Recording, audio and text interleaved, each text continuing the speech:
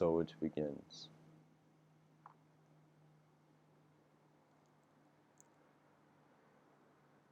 Hello everyone, welcome to tonight's episode. Tonight's episode was initially called Studying the Shapeless,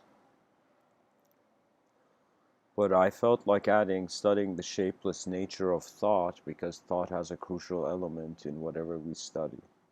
Our educational systems are designed to share thoughts with the world, but the kind of thoughts they share with the world in some sense has led to a different result. So hopefully in this talk I will get a chance to speak about certain themes and to in some sense discuss a notion of formed intelligence and formless intelligence that the human being has. But mainly how to approach a sort of formless, shapeless intelligence if there is such a thing.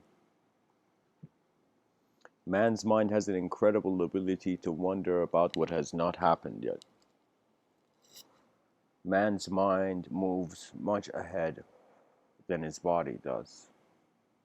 The meaning or the meaningful world your body finds yourself is a suggestion of how far, how much further your mind walks. Kind of like if this biological sort of being was seen as a sort of vehicle of some sort,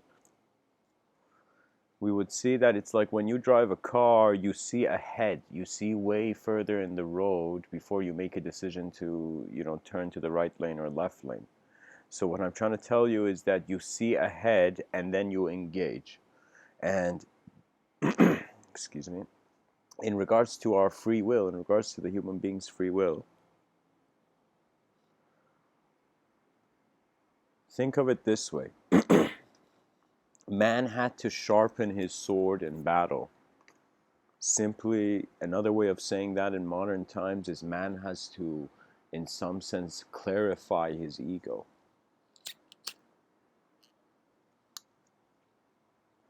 Studying the nature of thought has to do with the innate composition of the values of the world for you.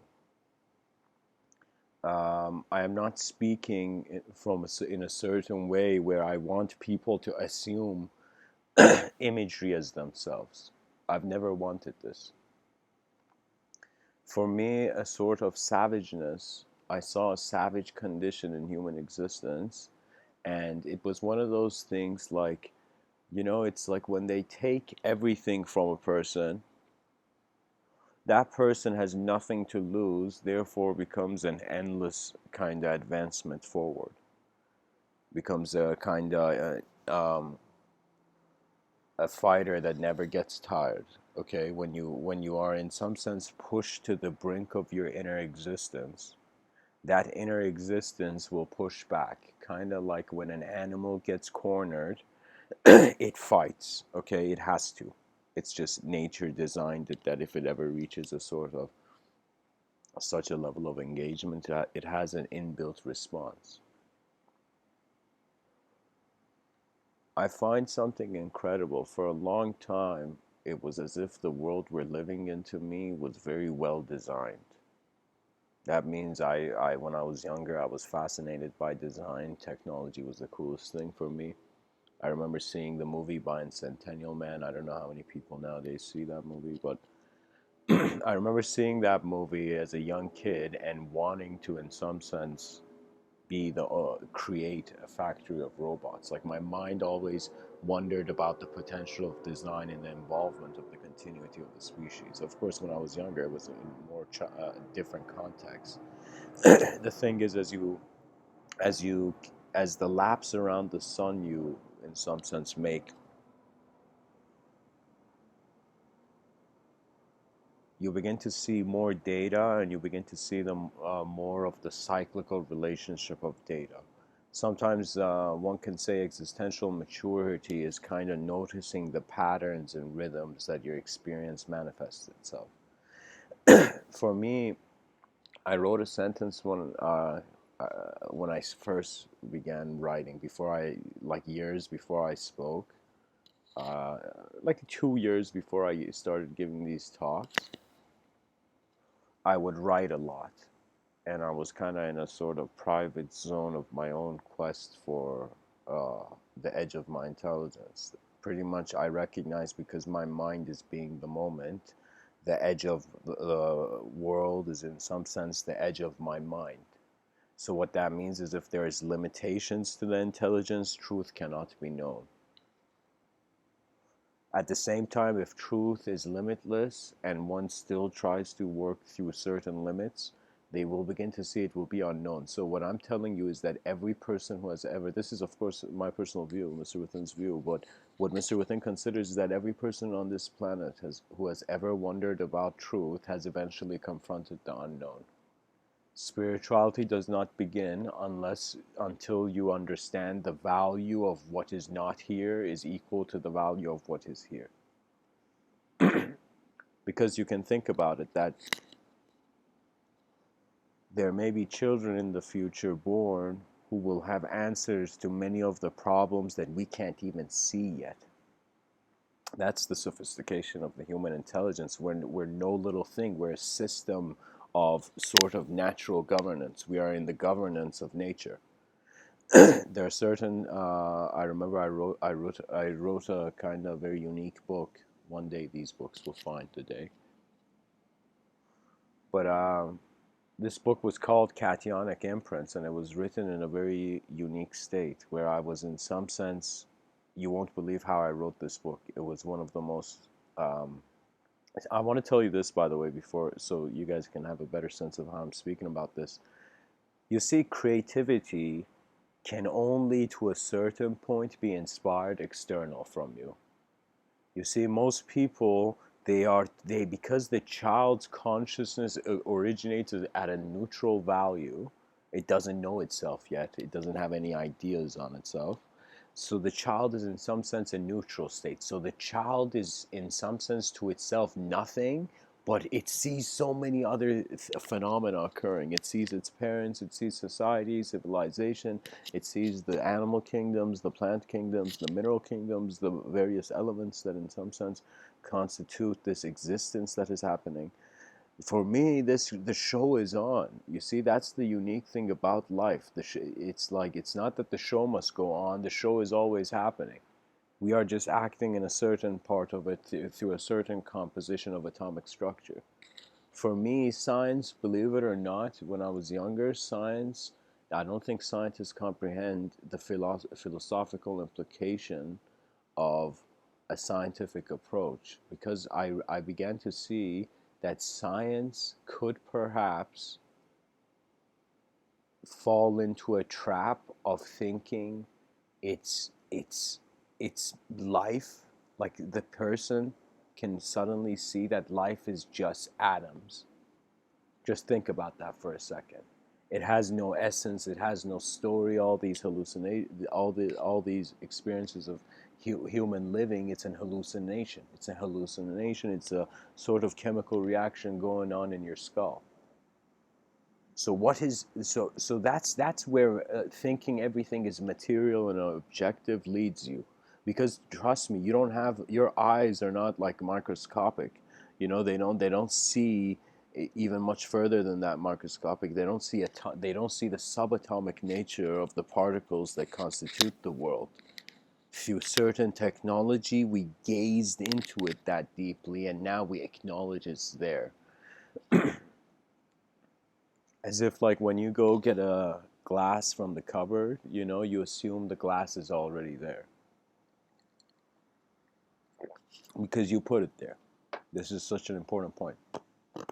That many things, this is why honesty is so important, because you can identify with the opposite of your truth if you get rejected from it. I see this. I see this. For me, you know what? I thought, I had it when I was younger, I had this notion of some things being in some sense much more exciting and interesting than others. Pretty much I had a notion that something, what was cool to me was what was beyond me. something where the person no longer wants to compete or be, is simply in the fascination of its observance. Life is a very multidimensional setting, especially as language has been introduced to the creature, to the species.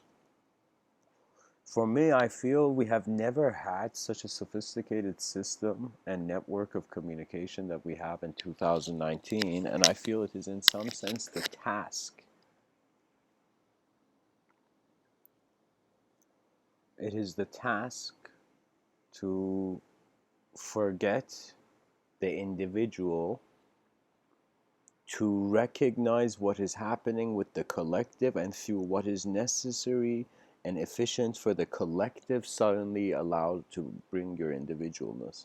You see, the game of individuality, it doesn't bother you all the time. I will tell you, there isn't one, there is no, any person who believes they're a thought, I will tell you, there are so many moments in this life, in those secret moments where nobody sees you, where you're alone with yourself, where you personally know that it's like there's the observer, you're seeing something, and then there is the sort of subtler abstraction, which is kind of like in an invisible room in the room. So I often say this metaphor of a canoe, imagining a canoe kind of hovering in the backyard. It's like a hover canoe. People got bored of the hoverboard and they built a hover canoe, and so this hover canoe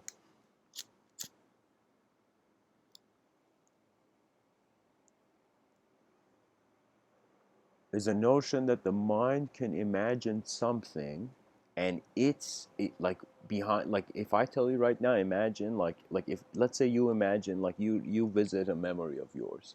Let's say right now you remember something from your youth, okay, from like a couple years ago. That thought, that image, or whatever, let's say that memory, how, when I say memory, that means it doesn't have to be too specific. You can contain it and structure it in whatever way you are. I'm just saying that you begin to see you cannot be your thoughts, because your thoughts come and go much quicker than your your physical existence. That means thoughts change, thoughts live and die much quicker than, in some sense, how can I tell you, the physical body. The physical body maintains itself for, let's say, I don't know, let's be nice and say 100 years. And but the mind in that 100 years lives like a million ways. It trust me, your intelligence is so intelligent, it doesn't need its own interpretation on its intelligence. It is just functioning. These are the levels of the world where eventually they take you towards the language threshold. For me, guys, let me tell you how I figure, in some sense, I feel I kind of figured out this notion of the ultimate clarity, the ultimate knowing.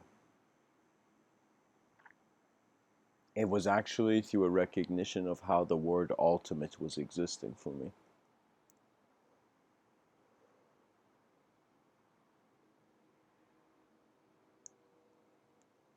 You see, a lot of children are very talented on this planet. However, because they don't have something to aim for, they become dwellers. They dwell in zones of comfort or zones of desire. Desire is not always comfortable. Trust me, this life begins with your decisions. Most people fear making decisions. It's hard for them to make decisions, but I'm telling you, whether you like it or not, life will make the decision for you. We're not a photo here. This human civilization is a dynamic phenomena. The human being is changing. I am not existing in the same body that existed for me 10 years ago. The processes has changed. And what that means is, like, as the human body grows, you can't wear the same old t-shirt. You'll suffocate. So you see, eventually you have to take off the previous methods of action or methods of categorization and just come to a moment of the appreciation of the observer. Trust me, your intellect is oscillating. It is oscillating between a mode where it is the driver and a mode where it is the passenger. When it is the passenger, it feels that it is being pulled towards the uncontrollable. When it's in some sense feels like the driver, it feels it is the controller. So let me tell you, it's as if man, whether the idea of God or not exists or not, let's just entertain it for now, let's say it exists. As if man in his mind had to make a decision where what was occurring to him, was it him or was it God? And instead of God, you can even say universal intelligence. Was the universe being man or was man being the universe? This is one of those great. It's like when I speak of this, like I hope the listeners have you got to understand how to keep your attention pure. You can only do it by remaining honest. How do you remain honest? You care for what is here enough to see where it leads. This world has had many human beings approach it in many ways. Do you know how many human beings have existed? Do you know how many human beings will exist? Do you know what is going on here? We are, in some sense, the world wants to tell stories, and therefore 8 billion human beings have arrived. 8 billion and growing. So it is, we got to understand that the world is in some sense being kept in stories, okay? So the reason I'm talking about all this is because sometimes when I say the title, it's kind of very nice because I got to be honest, I don't give these talks just for the world. I also give it for myself, where in some sense everything I have ever said I have heard. You see, you cannot not hear what you say. That the governing central intelligence of the sensory perception. That means right now you're being taught in the educational system. You have five senses, okay? You're a physical being. This biological kind of machinery has five senses. However, in regards to where this data goes and how your free will reemerges constantly as a new relationship with the moment, man cannot lie to himself. The species has masked itself in language and looks in the mirror and wonders why it can't see itself.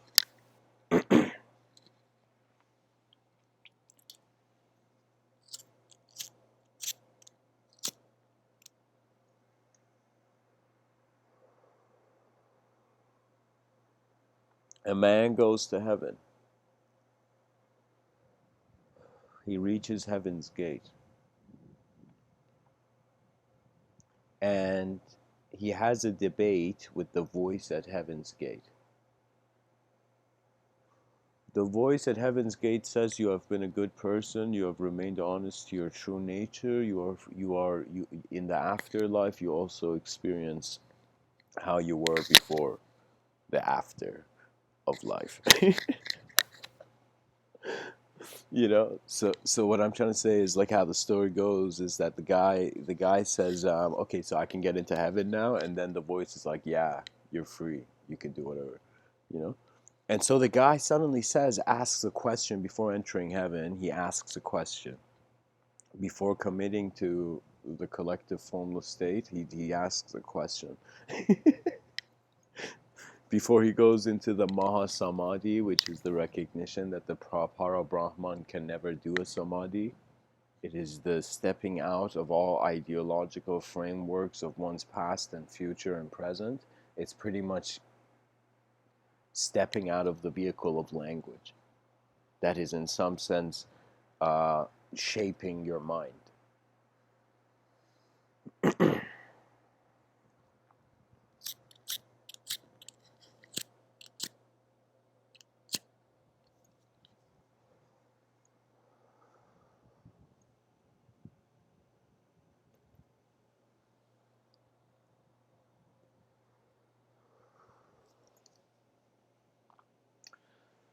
The man asked, before entering heaven, he asked the voice, he's like, okay, listen, if I want to go to heaven, okay, I'm going to ask a question. And he says, in heaven,